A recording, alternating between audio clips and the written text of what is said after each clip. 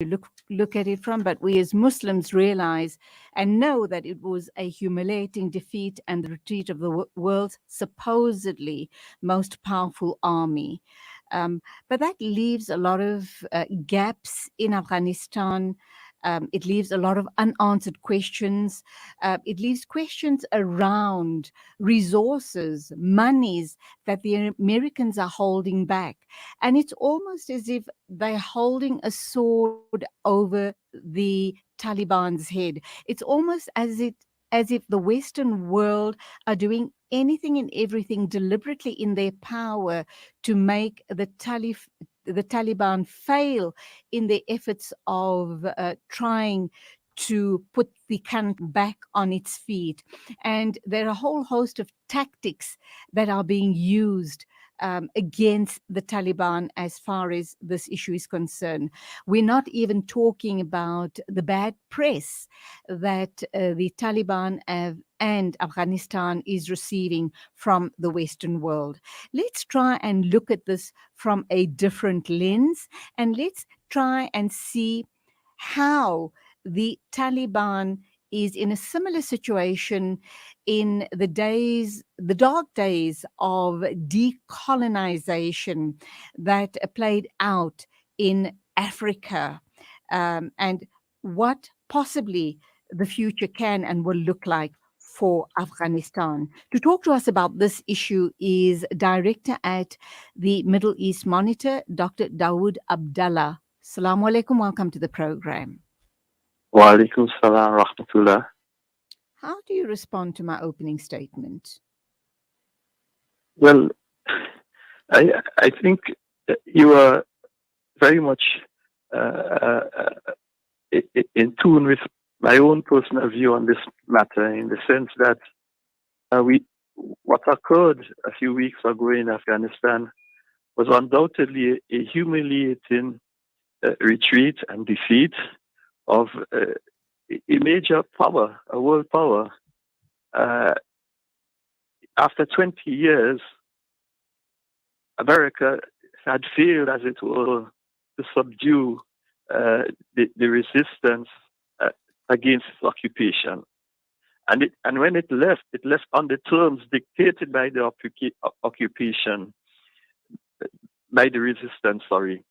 So I think that was very much a scenario that we saw being played out in parts of Africa in the last days of colonialism in North Africa and in many parts of Southern Africa. But the response you see of the manner in which the retreat or withdrawal or they call the evacuation from Afghanistan, again, it was reminiscent of what occurred let's say in Algeria or Mozambique, particularly, the Portuguese, the former Portuguese colonies. The colonialists, they didn't want, as you rightly said, the people to benefit from what they were about to leave, however little it was.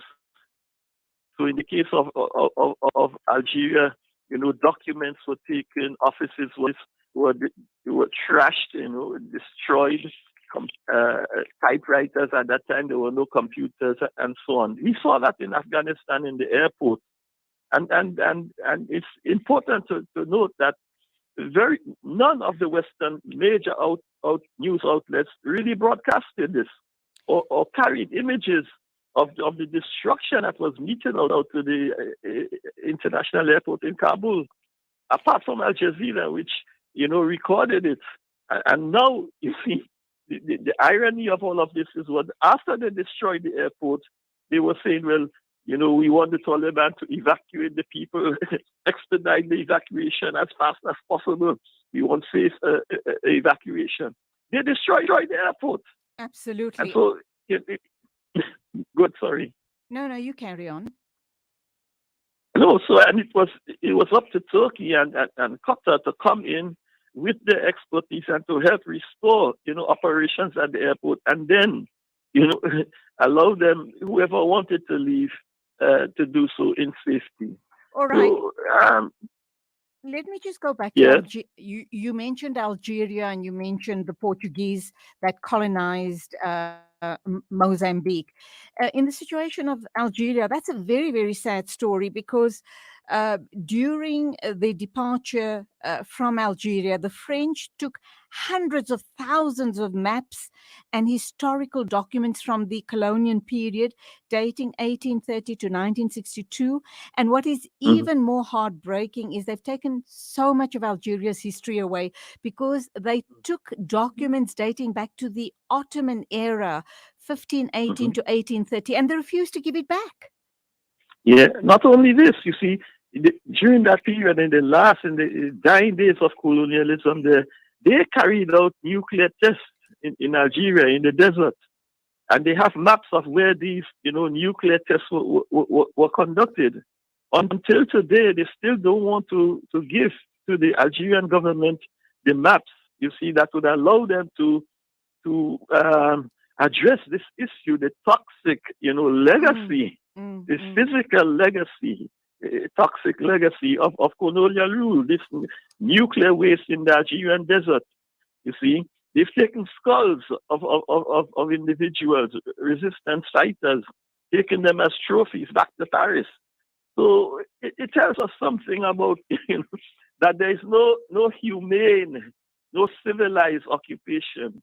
Colonialism and occupation is innately contradictory to human development. And this is what has happened in Africa, and we're going to see it being played out now in Afghanistan.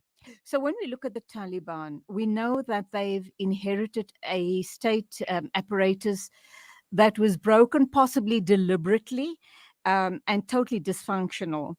Uh, the Taliban's got a big job ahead of them, and they really need to apply their minds. They need to prove the Western world completely wrong. Yeah, We're yeah, hoping and praying that they can, with the right leadership, yeah. to truly make Afghanistan rise from this very dysfunctional land that has been completely broken. And despite that, the Americans are still boasting about the fact that this forever war, or this war that they created, has cost Mhm. the Americans $3 trillion. How do you show for that $3 trillion when you're looking at a country that is totally dysfunctional? Yeah, you're absolutely right. Yeah, I mean, this $2 trillion. Yeah, and how much of it was spent on development, on healthcare, on developing the infrastructure of the country. Very little, most of it, 86% of it was spent on security and military hardware. And we've seen that, it's a pattern. Look at the occupation in Palestine today. Most of the money that is given by the international community to the PA, it goes into security. So Afghanistan was no different. But it is a country which is rich in natural resources as well as human resources. And it's given the opportunity. It can rise from the ashes, as you rightly said, a tremendous amounts of lithium, which is used in batteries, in the production of batteries.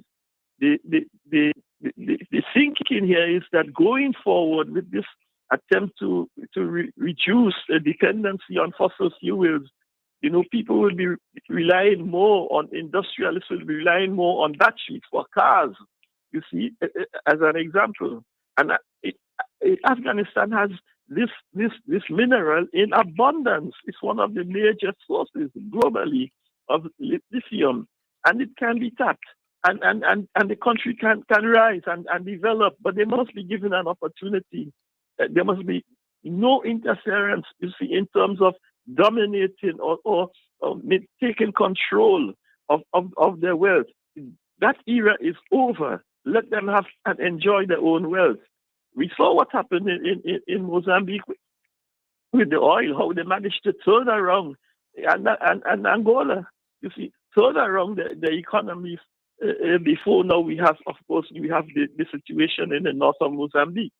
But there was a period in the early 2020s this country was on the rise economically. It was having an annual growth rate of 7%. So when we had the crisis in Europe, we had the reversal of roles in which Europeans, Portuguese were going back to Mozambique seeking jobs. You see, Afghanistan can have a similar scenario, where people, even those who fled, to come to the West now, saying that their lives are being threatened, they will have to turn back one day to their own country when it is developed, but it must be given a chance. Okay, Dr. Daud, my final question to you. If you had to advise the Taliban, what would your piece of advice be to them in terms of how they can get out of the current broken situation that they're in and how they can move forward? And I'm really tired of reading and seeing the Western's narrative on Taliban. The only thing they can go on about is women and women's rights. And we know that that is not the issue. So what is the best piece of advice you can give to the Taliban?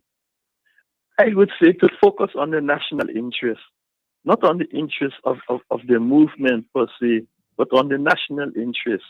And in so doing, they must seek, a national unity. Bring all the stakeholders, all the political forces into what they call the Laura Jirga. Discuss it and debate it and come to a national agreement. You see, without national unity, it's not going to work. Absolutely. Because Afghanistan is too complex a country for one tribe or ethnicity to dominate. So what you're saying really in a nutshell is to have a multi-representative party in Afghanistan. Sure. Absolutely. All inclusive. Absolutely. That's where we have to leave it. Unfortunately, we have run out of time. But thank you indeed for your thoughts on this matter. Assalamu alaikum. Thank you. That was Dr. Daud Abdullah, Director of Middle East Monitor, talking to us about the Afghanistan situation. Africa. For your convenience.